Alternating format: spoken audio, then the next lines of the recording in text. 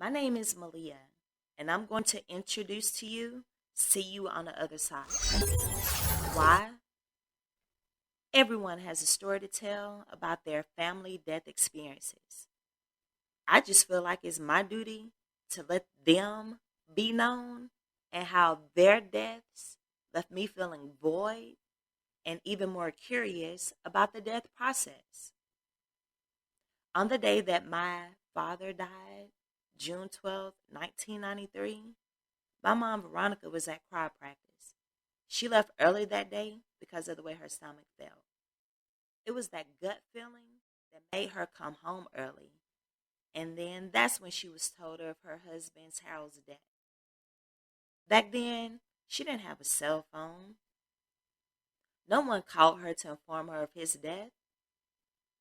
My father and his friend was on the way to a cookout on this summer day when a drunk driver crossed into their lane and hit them head on. They said Harold died instantly, but his friend died after the ambulance arrived. My mom told me the paramedics told her his friend, before dying, asked, "Where is Harold? Is he okay?"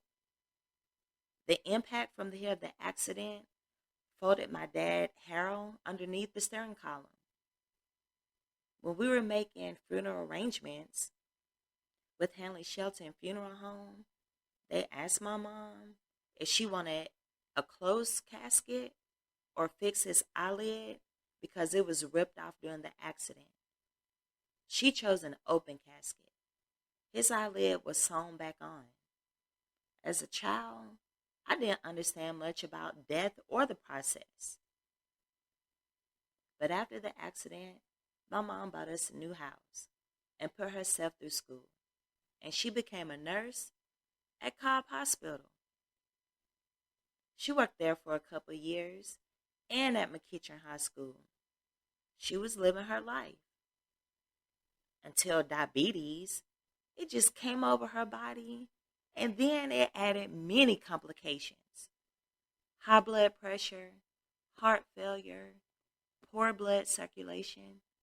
Her right toe was amputated, and she was on dialysis for over 15 years. During many of those surgeries that Veronica went through, she told me she died. During one of those experiences, she saw my dad, Harold, in a beautiful green field with pretty flowers. He told her it wasn't her time, that she had to go back. Now, on the day of Veronica's death, I can remember when Cobb Hospital called me around 5 a.m. And the female on the phone stated, "We need to get there because Veronica just came by ambulance." She was at the rehab center because once they moved her from Piedmont, they put her there for a couple of weeks. We were told later on by the rehab nurse that Veronica was getting ready for dialysis, sitting on the side of her bed, and she just fell over. The transportation guy was there to pick her up, and they tried to resuscitate her, but this time, it was her time. Once we got to the hospital around 5:30 a.m.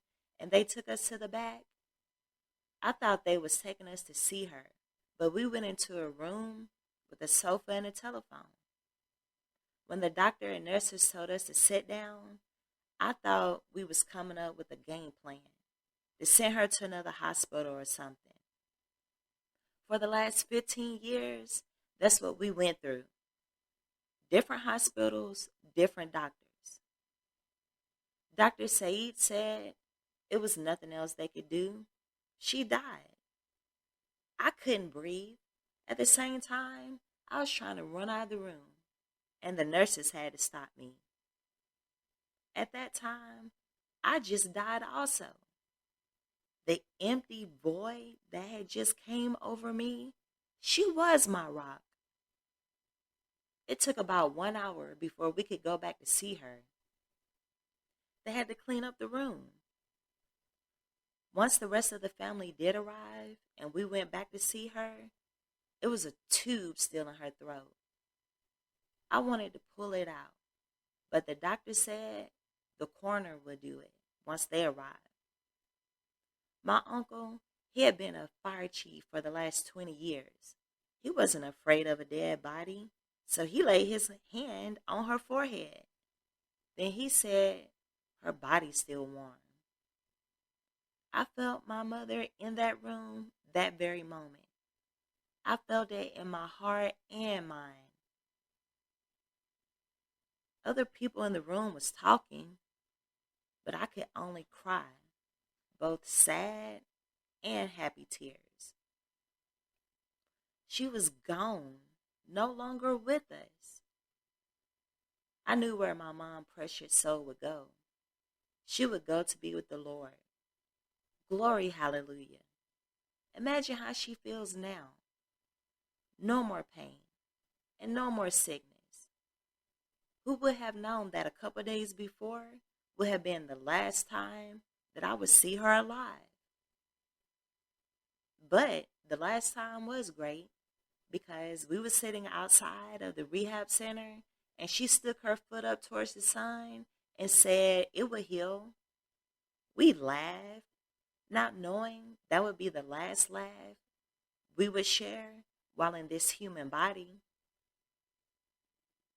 Losing my grandfather 2 years prior made things even worse. We were still trying to process his death, trying to live life without your elders, the burdens on trying to still live life with family traditions is an emptiness that lasts forever. Because of the FJH occurrence, which is a whole other story, I was briefly unemployed. That gave me time to see about my grandfather. I would rush over any time they called and said he fell ill or actually physically fell down. My family was always there. Whatever he needed, we were there. Even in the midst of his illness, we still shared special moments, such as the lottery numbers. He would wake up and the number would be in the palm of his hand. This particular case, the number was 555. We call him Google Eye. Another time he fell ill, his children wrote his obituary.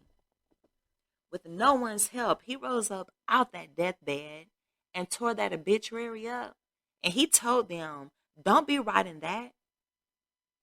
Later on, as he further declined, he still made an effort to spend time with family.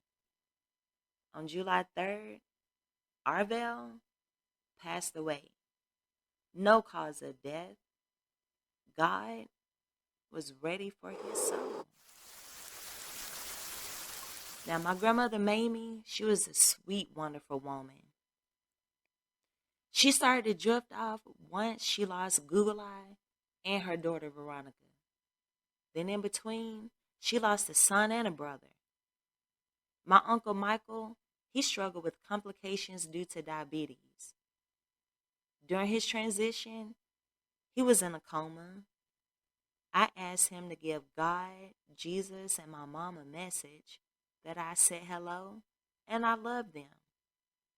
The way his body shook after I said that, I knew he delivered that message.